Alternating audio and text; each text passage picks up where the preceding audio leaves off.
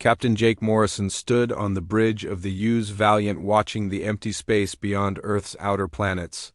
The morning shift had just begun and coffee cups steamed in the hands of his crew members. Everything seemed normal until the sensors started beeping with urgent signals that made everyone freeze in place. "Captain, we have multiple contacts dropping out of hyperspace near Neptune's orbit," said Commander Lisa Carter from her position at the tactical station. Her voice carried the trained calm of a veteran officer, but Jake could hear the tension. Underneath, 47 vessels of unknown design and origin. Jake moved to the main display where holographic images showed sleek, crystalline ships that looked more like floating sculptures than military vessels. They gleamed with an inner light that made them beautiful to watch, but their formation patterns told a different story. These were not traders or explorers. "Open a channel and let them know we see them," Jake ordered. Lieutenant Ben Parker worked quickly at his communications console while Dr. Amy Rodriguez pulled up what little data they had about the approaching fleet. The ships were unlike anything in Earth's databases. The alien response came faster than expected. A melodic voice filled the bridge, speaking in a language that their universal translators struggled to process. After a few moments, the words became clear, and what they heard made everyone on the bridge exchange worried looks. "Greetings, young species of the third planet from your star.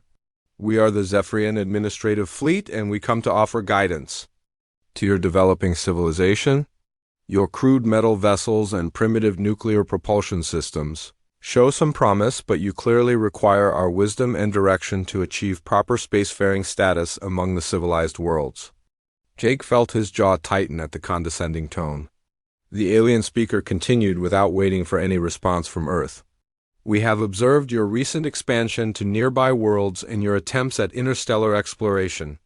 While your efforts are admirable for such a young race, they also demonstrate dangerous tendencies that must be properly managed." Dr. Rodriguez whispered urgently to Jake while pointing at her analysis screens. "Captain, they're positioning themselves in what looks like a containment formation. Every exit route from our solar system is being blocked by their ships. This doesn't look like a diplomatic mission at all." The alien transmission kept going, and with each word, the true nature of their visit became more obvious.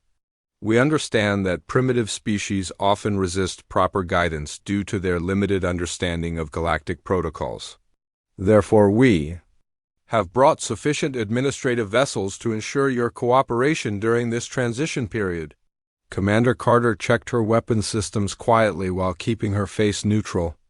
The Valiant was powerful, but 47 alien ships would be impossible odds if this turned into a fight. Jake nodded slightly to let her know he understood their situation. "Your expansion beyond this solar system will be temporarily suspended while we establish proper administrative zones and safety protocols," the alien voice continued. "We shall assign advisors to your various colonies and space stations to ensure they operate within acceptable parameters for galactic peace and stability." Lieutenant Parker looked up from his station with alarm. "Captain, they're sending detailed instructions about which of our technologies they'll allow us to keep and which ones they consider too dangerous for our development level. They want us to shut down our quantum research facilities and disable our deep space monitoring networks." Jake realized the aliens weren't here to make first contact or establish trade relations. They had come to put Earth under some kind of galactic supervision. The beautiful crystalline ships weren't explorers or diplomats, but wardens come to cage humanity before it could spread too far among the stars. "They keep referring to our crude metal ships and nuclear propulsion," Dr. Rodriguez reported while scanning through the alien data packets. "Their intelligence about our capabilities seems to be extremely outdated. They think we're still using the same technology from our first Mars colonies 2 centuries ago." The alien admiral continued his speech about proper development guidelines and acceptable expansion limits. Jake listened with growing anger as the being described humanity like children who needed constant supervision. The Zephyrians clearly saw themselves as the adults come to manage the dangerous primitives before they hurt themselves or anyone else. "Your species shows concerning aggressive tendencies that we have observed in your historical records," the Alien said. Such behaviors must be carefully controlled to prevent disruption of established galactic peace. We shall help you overcome these primitive impulses through proper guidance and education. Commander Carter pulled up tactical displays, showing the alien fleet's movements. They're not even bothering with defensive formations, Captain. They're positioning themselves like this is going to be a simple police action rather than a military engagement. They obviously don't expect any real resistance from us. The transmission finally ended with instructions for Earth's leaders to prepare for administrative meetings with Zephyrian officials. The aliens gave humanity exactly 6 hours to begin shutting down what they called dangerous military installations and experimental research facilities. Jake looked around at his crew and saw the same mixture of anger and determination in their faces that he felt burning in his chest. The aliens had made one crucial mistake in their arrogant assumption about human capabilities. They had based their entire plan on intelligence that was centuries out of date. "Then get me a secure channel to Luna Command," Jake ordered. "Amy, I want everything we can learn about those ships sent to Fleet Intelligence immediately." Lisa, keep monitoring their positions, but don't do anything that might look threatening yet. As his crew worked, Jake stared at the alien fleet on the main display and allowed himself a cold smile. The Zephyrians thought they were dealing with primitive humans still struggling with basic space travel. They had no idea what Earth had become. During the centuries, they had been ignoring this corner of the galaxy, their beautiful crystalline ships, hung in space like expensive jewelry, completely unaware that they had just made the worst mistake in their species' long history. They had underestimated humanity, and that error was going to cost them everything they thought they knew about galactic power structures. The real question was not whether Earth would submit to alien oversight, but whether any of these arrogant Zephyrians would survive long enough to report back to their empire about what they had found in the Sol system. Jake had a feeling they were all about to learn why humanity had spent 200 years preparing for exactly this moment. Admiral Kate Sullivan received the emergency transmission while she was reviewing monthly reports in her office deep beneath the lunar surface. Luna Command sat hidden inside the moon's far side where no alien probe had ever thought to look carefully. The massive underground complex stretched for kilometers, through reinforced tunnels that housed Earth's true military headquarters. "Ma'am, we have a Priority 1 situation developing in the outer system," said Colonel Rick Hayes as he burst through her office door with a datapad in his hands. "The Valiant has made contact with a large alien fleet, and they're not here for peaceful trade discussions." Kate followed Rick to the main command center where dozens of officers worked at holographic displays showing the entire solar system. Every human ship position appeared as green dots while the alien fleet showed up as angry red symbols near Neptune's orbit. The sight made her stomach clench with a mixture of excitement and worry. General Paul Anderson was already there studying the tactical situation with the kind of focused intensity that had made him Earth's top military leader. His weathered face showed no emotion as he watched the alien ships move into what was clearly an occupation formation rather than a diplomatic arrangement. "What do we know about their capabilities?" Kate asked while taking her position at the central command station.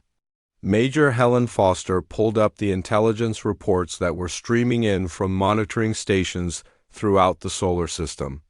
"Their ships are definitely advanced, but they're moving in predictable patterns that suggest they don't expect any resistance," Helen reported.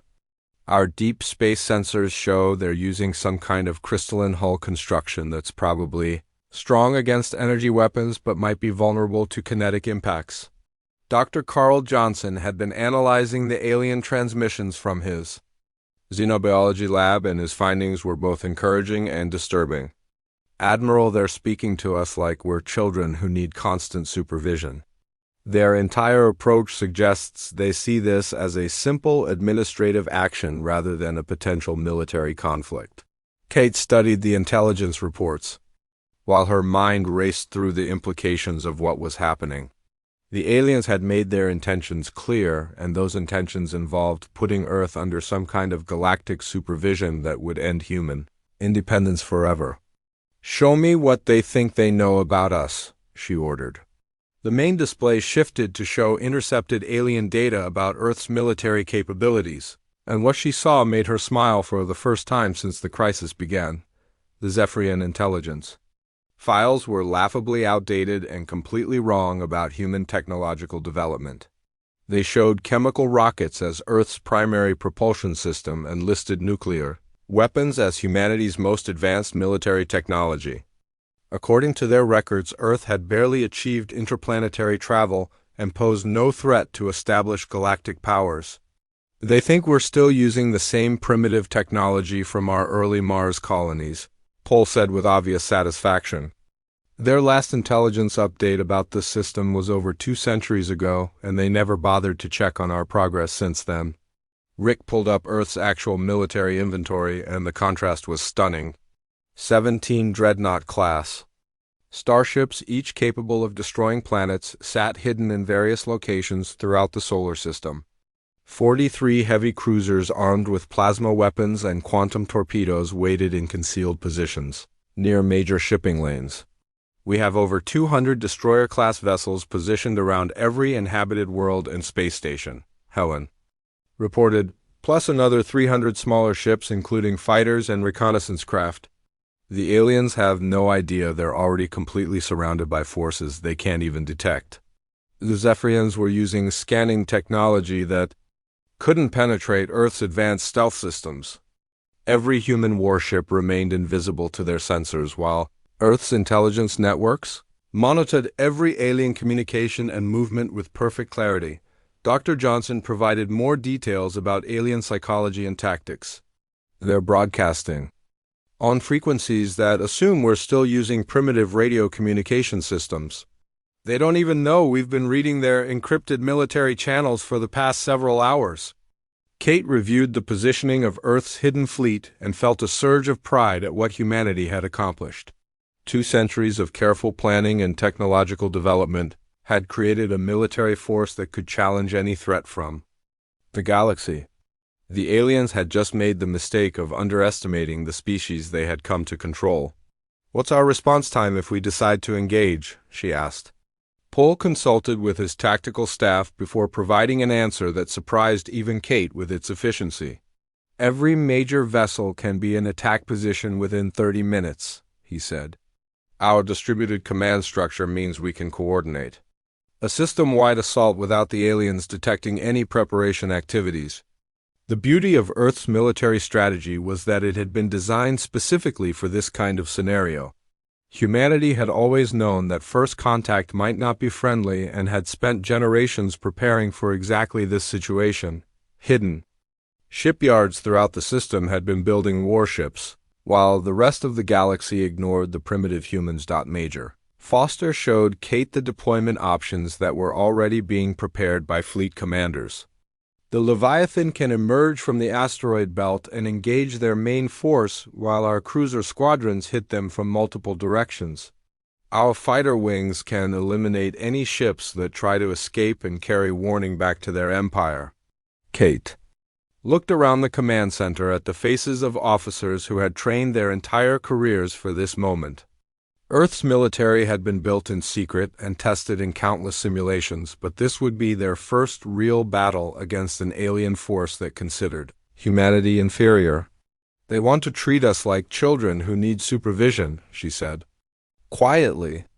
"They want to limit our expansion and control our development because they think we're too primitive and aggressive to be trusted with advanced technology." The irony was perfect, and Kate could see that her staff understood it as well.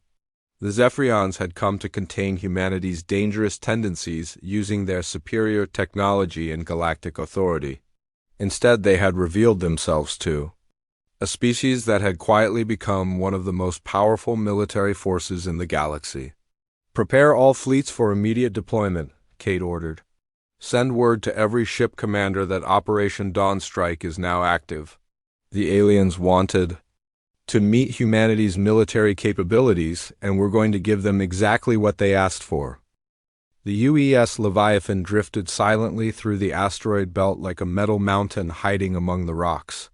Captain Ryan Kelly stood in the ship's command center, watching holographic displays that showed every detail of the alien fleet's movements, while his own massive vessel remained completely invisible to their sensors. Commander Grace Mitchell worked at the tactical station, coordinating with dozens of other hidden Earth ships throughout the solar system. Each vessel waited in perfect position for the coming battle, while the aliens continued their slow approach toward Earth, completely unaware of the trap closing around them. "Status report on all weapon systems," Ryan ordered quietly. His crew moved with the precise efficiency of professionals who had trained for this moment their entire careers. The Leviathan was Earth's most powerful warship and carried enough firepower to crack planets, but today it would face its first real combat test. Lieutenant Commander Steve Adams reported from the Weapons Control Center deep in the ship's armored core. "All quantum torpedo tubes loaded and ready, Captain. Plasma cannon arrays are charged to full power and our antimatter missiles are armed and waiting for target acquisition." Ryan nodded while studying the alien formation on his main display. The Zephyrian ships moved in neat geometric patterns.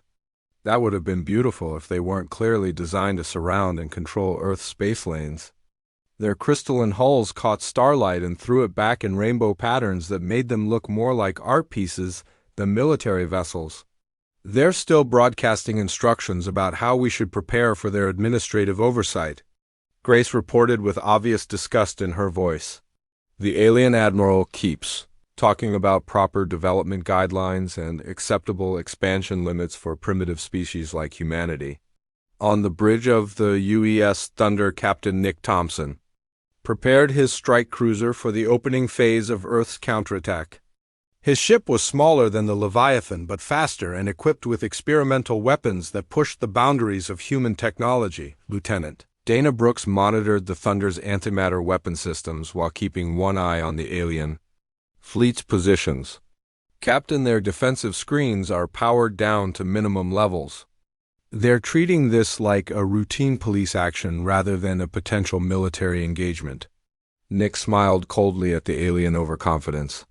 The Zephyrians had clearly never fought against an opponent who could match their technology, and their casual approach to this operation was going to cost them everything. Earth's military had spent generations studying alien psychology and tactics through captured probe data and intercepted communications. Major Tony Evans sat in the cockpit of his advanced fighter craft, waiting for launch orders from the hidden base built inside a hollowed-out asteroid. His squadron of elite pilots had trained in absolute secrecy, using technology that made their small ships faster and more maneuverable than anything the aliens had ever encountered. "Phoenix Squadron standing by for immediate launch," Tony reported, over encrypted channels that connected all Earth forces. "We have visual confirmation on 47 alien vessels, and they're maintaining standard occupation formation with no combat readiness preparations." Dr. Susan Wright worked frantically at Earth's primary intelligence center, processing intercepted alien communications and feeding tactical data to every human ship. The Zephyrians were still talking among themselves as if humanity posed no threat whatsoever. "They're discussing resettlement plans for our outer colonies," Susan reported to Admiral Sullivan over secure quantum channels. "The alien commanders are debating which human technologies they'll allow us to keep and which research facilities they'll shut down permanently." The most revealing intelligence came from the Zephyrian fleet's internal communications, where officers discussed the operation with casual indifference. They expected humanity to submit without resistance and were already planning celebration ceremonies for what they saw as another successful expansion of galactic civilization. Ryan checked the countdown timer that showed 15 minutes until Operation Dawn Strike would begin. Every human ship in the solar system was synchronized and ready to reveal Earth's true military capabilities to the arrogant aliens who thought they were dealing with primitive savages. "Final systems check on all vessels," Grace announced over fleet communications. The response came back immediately from 17 dreadnoughts, 43 cruisers, and over 200 smaller warships, all confirming their readiness for battle. The Zephyrian admiral chose that moment to send another condescending message to Earth's leadership, demanding immediate compliance with galactic administrative protocols. His translated voice filled the bridge of every human ship with its arrogant assumptions about humanity's helplessness. Young humans of the third planet, you have exactly 10 minutes to begin shutting down your military installations and experimental research facilities, the alien announced. Failure to comply with proper development guidelines will result in mandatory administrative intervention to protect galactic stability. Nick Thompson laughed out loud at the alien ultimatum while his weapons officer armed the Thunder's most advanced PLASMA cannons.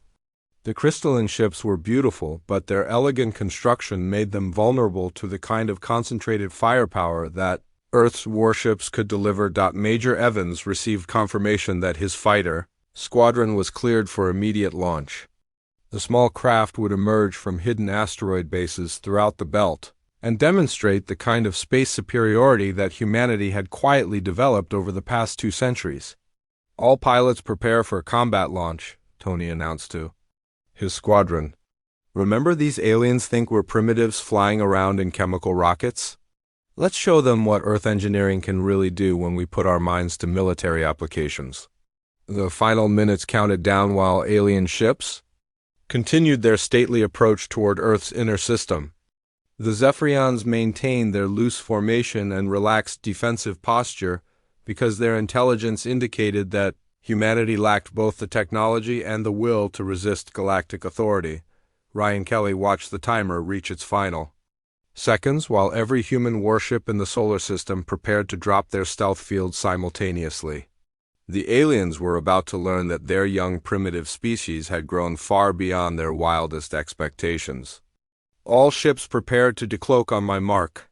Admiral Sullivan's voice came over fleet communications. Operation Dawn Strike commences in 10 seconds. Show them what Earth has become. The moment of revelation was at hand, and the galaxy was about to witness the birth of a new major power that would challenge every assumption about primitive species and their place in galactic civilization. Admiral Kate Sullivan's voice cut through the silence of space as her order reached every human warship hidden throughout the solar system. All ships. Operation Dawn Strike is now active. Drop stealth fields and engage immediately. The UES Leviathan materialized from the asteroid belt like a metal giant awakening from sleep. Captain Ryan Kelly felt his massive ship shudder as its quantum engines powered up to full combat readiness, while weapon systems that had been hidden for decades finally revealed themselves to the galaxy. This is Captain Kelly of the United Earth. Ship Leviathan, his voice broadcast on all frequencies including the alien command channels. You have entered our space with hostile intent and threatened our colonies. Withdraw immediately or face the full consequences of your actions. The Zephyrian fleet reacted with shock and confusion as dozens of human warships appeared on their sensors simultaneously. Their elegant crystalline vessels scrambled to adopt defensive formations they had not used in thousands of years because no primitive species had ever posed a real threat to their technological superiority, Commander Grace Mitchell coordinated the attack from the Leviathan's battle center while holographic displays showed the entire engagement unfolding across millions of kilometers of space. Quantum torpedoes away, she announced as the first salvo of Earth's most advanced weapons streaked toward the alien fleet. Each torpedo contained enough concentrated antimatter to obliterate a small moon, but they had been designed specifically to penetrate alien defensive systems. The Zephyrians watched in horror as their supposedly impenetrable energy shields collapsed under the impact of human weapons they had never imagined possible. Captain Nick Thompson's cruiser squadron executed a perfect flanking maneuver that caught the aliens completely off guard. The UES Thunder and her sister ships moved with impossible speed and agility while their plasma cannons charged to full power. Target their command ships first, Nick ordered as his weapons officer Dana Brooks locked onto the largest Zephyrian vessels. Let's show them what happens when you underestimate human engineering capabilities. The Thunder's plasma cannons fired in perfect synchronization with the other cruisers, creating a coordinated barrage that tore through crystalline hulls like they were made of glass. Beautiful alien ships that had dominated space lanes for centuries. began breaking apart under the devastating assault. Major Tony Evans led his fighter squadron out of hidden asteroid bases with engines screaming at maximum thrust.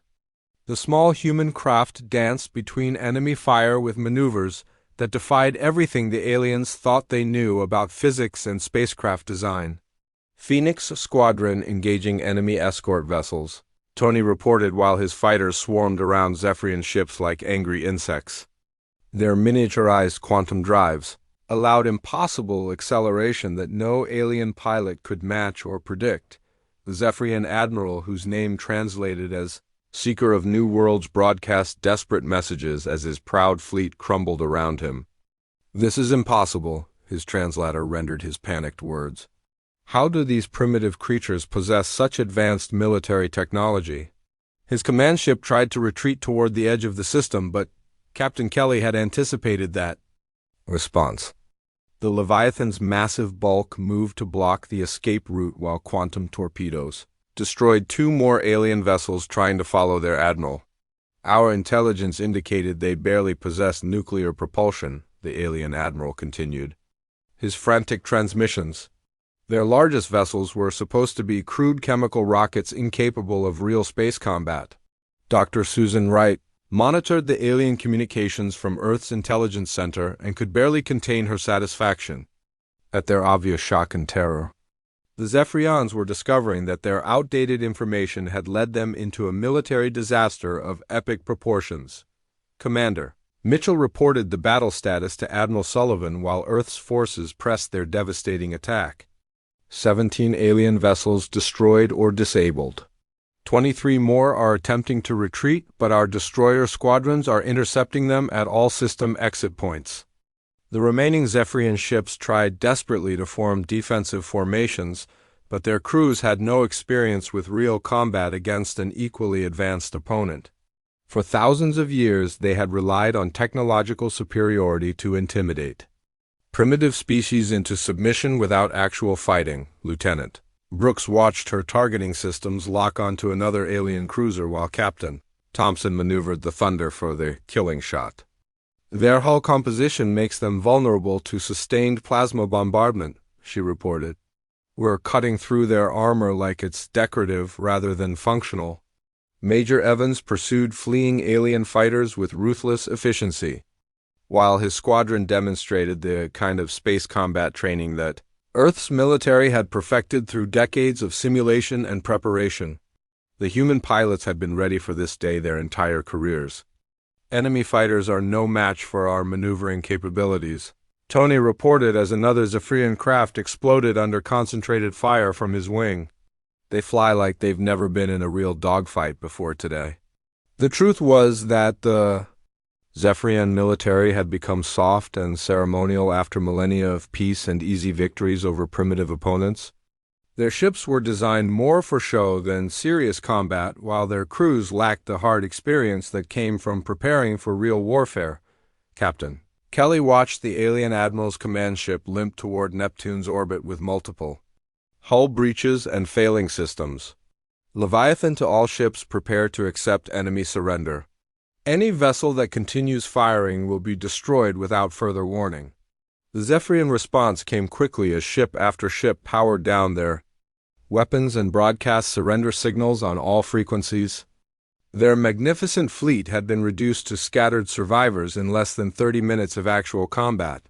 "Admiral Sullivan, this is Captain Kelly reporting mission accomplished," Ryan announced over fleet communications. "Enemy fleet neutralized, with minimal human casualties. We have multiple alien vessels requesting terms for surrender." The battle was over, but its implications would reshape the entire galaxy. News of Earth's military victory would spread through every spacefaring civilization and force them to reconsider everything they thought they knew about primitive species and their potential for development. The Zephyrians had learned the hard way that underestimating humanity was a mistake that could cost everything. Their broken fleet drifted in Earth space while human warships demonstrated the kind of military power that would make Earth a major player in galactic politics, whether other species liked it or not. Captain Jake Morrison walked through the corridors of the captured Zephyrian command ship with a mixture of curiosity and satisfaction. The alien vessel was beautiful in its crystalline construction, but its elegant design had proven completely inadequate for real military combat against Earth's advanced weaponry. The Zephyrian admiral sat in what humans had converted into a detention area, while his surviving crew members were processed by Earth intelligence officers. His crystalline features showed the dull shock of complete defeat, and his translator continued to repeat the same question over and over. "How is this possible?" the alien leader asked for the 100th time since his capture. "Our records clearly showed that your species had barely achieved basic space flight capabilities. You were using chemical propulsion and crude nuclear weapons when we last observed your system." Admiral Kate Sullivan arrived via shuttle from Luna Command to personally oversee the aftermath of humanity's first interstellar military victory. The implications were staggering and would require careful handling to prevent other alien powers from forming coalitions against Earth. Dr. Amy Rodriguez had spent days analyzing Zephyrian technology, and her findings revealed the true scope of their former empire's decline. "Admiral, their ships are advanced, but they haven't been improved or updated in over 3,000 years. They've been coasting on old technology while we've been innovating and developing new systems." The captured alien database contained detailed information about the galactic community that surrounded Earth's solar system. Over 1,000 different species belonged to what they called the Galactic Confederation, but most of them had grown complacent after millennia of peace and technological stagnation.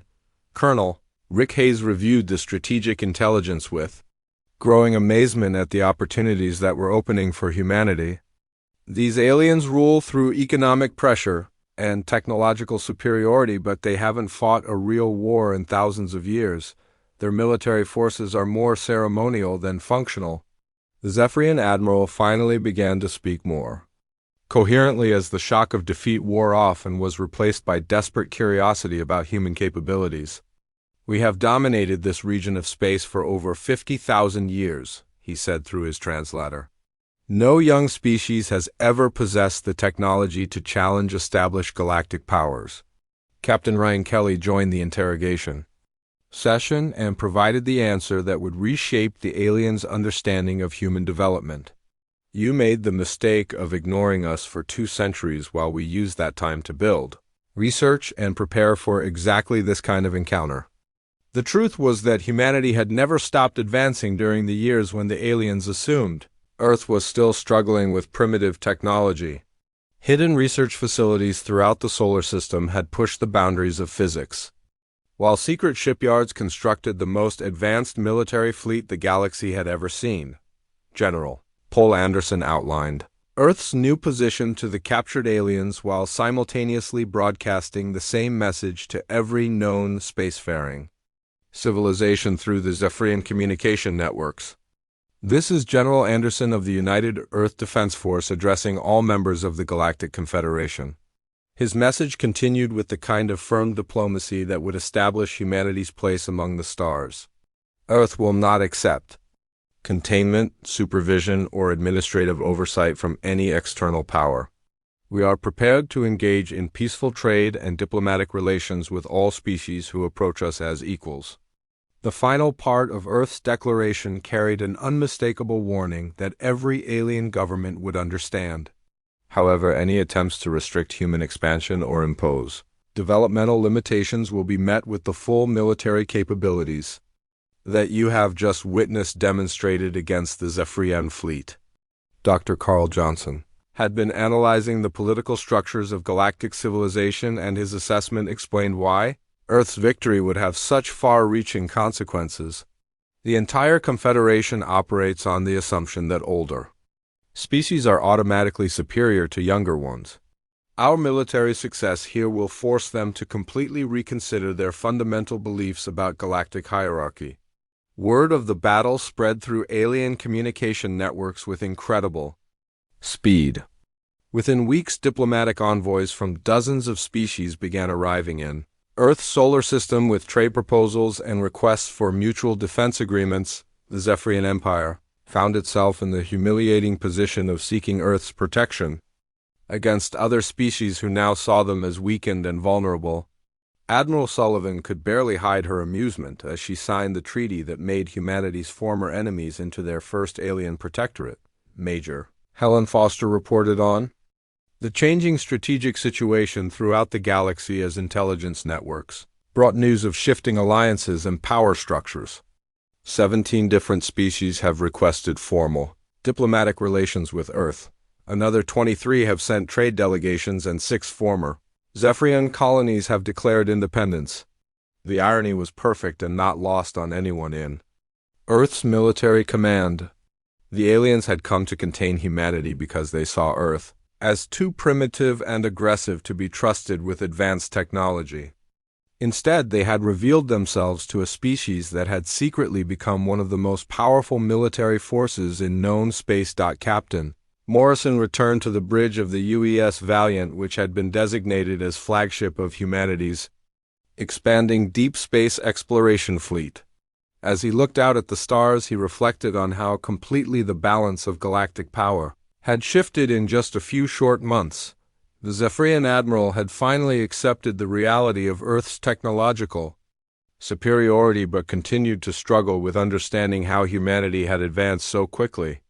"Your development should have taken millennia," he insisted during his final interrogation. "How did you achieve such capabilities in only 2 centuries? Jake provided the answer that would become humanity's standard response to alien confusion. About Earth's rapid advancement. We never stopped learning, building, and preparing.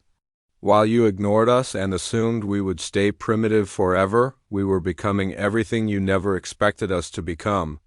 The age of human expansion into the galaxy had begun, and the universe would never be the same. Earth's military had announced humanity's arrival among the stars, not as supplicants seeking guidance, but as equals demanding the respect that their capabilities had earned through strength and determination. Species throughout the galaxy were learning that underestimating humanity was a dangerous mistake that could reshape the fundamental structure of galactic civilization. The young species from the 3rd planet had grown up, and the adults who had come to supervise them were now seeking their protection and alliance instead.